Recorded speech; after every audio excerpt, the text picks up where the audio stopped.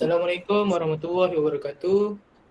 Saya dan ahli kumpulan saya iaitu Ahmad Daniel, Ahmad Zini, Alia Rushidina, Karinisa dan Antasha ingin bertangkan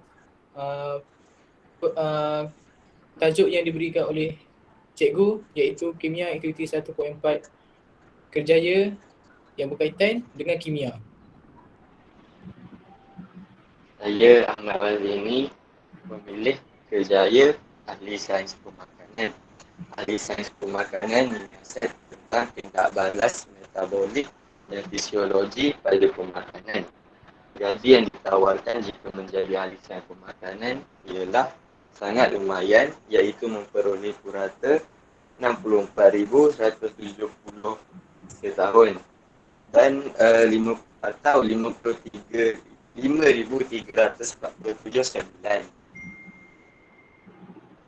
Yang seterusnya, Saya Antasha memilih kerjaya sebagai ahli farmasi. Ahli farmasi merupakan individu profesional yang bekerja di farmasi menyediakan ubat-ubatan berdasarkan preskripsi daripada doktor. Bayaran gaji minimum untuk ahli farmasi ialah RM2,470.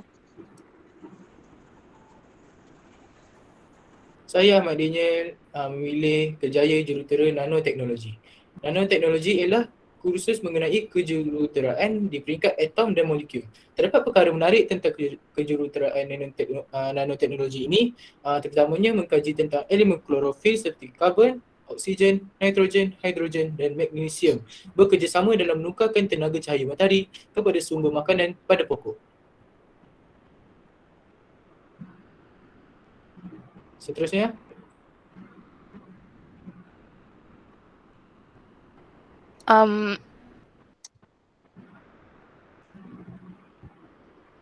Saya Kairunisa memilih kerjaya sebagai saintis bioperubatan.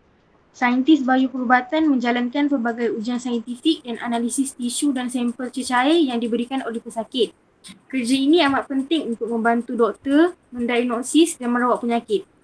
Allowance gaji yang diterima dianggarkan sebanyak RM2,000 dan tempoh waktu kerja juga boleh mencapai sehingga 24 jam sehari.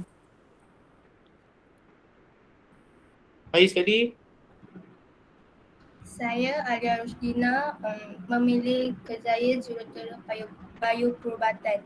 Kejuruteraan bioperubatan adalah disiplin ilmu yang mendepani pengetahuan dalam kejuruteraan, biologi dan perubatan serta mempertingkatkan kesihatan manusia melalui aktiviti merentas disiplin yang menggabungkan sains kejuruteraan dengan sains bioperubatan dan amalan perubatan.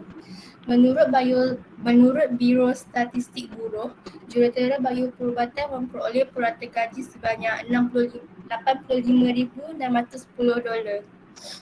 Itu sahaja daripada kami. Sekian, terima kasih. Assalamualaikum, saya Nurul Aina binti Muhammad Zamini dari kelas 4 efektif ingin menerangkan tentang kerjaya berkaitan dengan bidang kimia yang saya pilih. Kerjaya yang saya pilih adalah ahli kimia kosmetik. Ahli kimia kosmetik ini membangunkan produk penjagaan kulit dan rambut.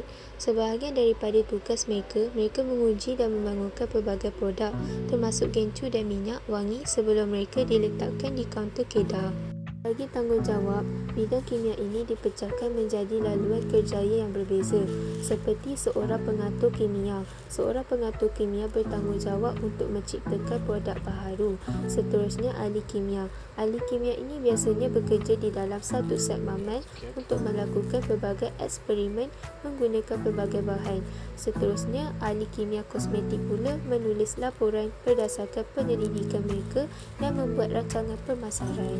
Dari segi pendidikan pula, ijazah sarjana muda dalam sains kimia atau bidang yang berkaitan adalah keperluan pendidikan teras untuk bidang ini. Sesetengah majikan besar memerlukan calon untuk memiliki ijazah lanjutan dalam sains kosmetik atau bidang yang berkaitan. Jawatan peringkat kemasukan termasuk bekerja sebagai juruteknik mamal di bawah bimbingan saintis kanan. Calon dapat menonjol dan persaingan dengan bekerja sebagai pelatih dan mendapat pengalaman bersendirian bekerja di makmal. Terdapat beberapa kemahiran yang ahli kimia kosmetik ini perlu ada, sama ada ia bekerja untuk pasukan untuk menghasilkan produk atau menyampaikan laporan penyelidikan kepada kaki tangan eksekutif. Pertama, kemahiran komunikasi ini adalah penting untuk laluan kerjaya ini. Jadi, ahli kimia kosmetik ini perlulah mahir dalam berkomunikasi. Kedua, ahli kimia kosmetik mesti mempunyai kemahiran yang kuat dalam matematik, termasuk algebra dan statistik.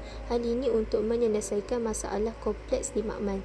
Mereka juga harus mempunyai kemahiran analisis yang baik untuk menganalisis data yang sering digunakan untuk melakukan eksperimen. Selain itu, kemahiran berfikir kritikal diperlukan untuk menguji penyelesaian sebelum membangunkan versi akhir produk.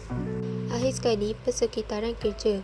Walaupun terdapat ramai ahli kimia kosmetik bekerja di makmal, mereka juga sebenarnya bekerja di pejabat dan kilang untuk mengawasi proses pengeluaran.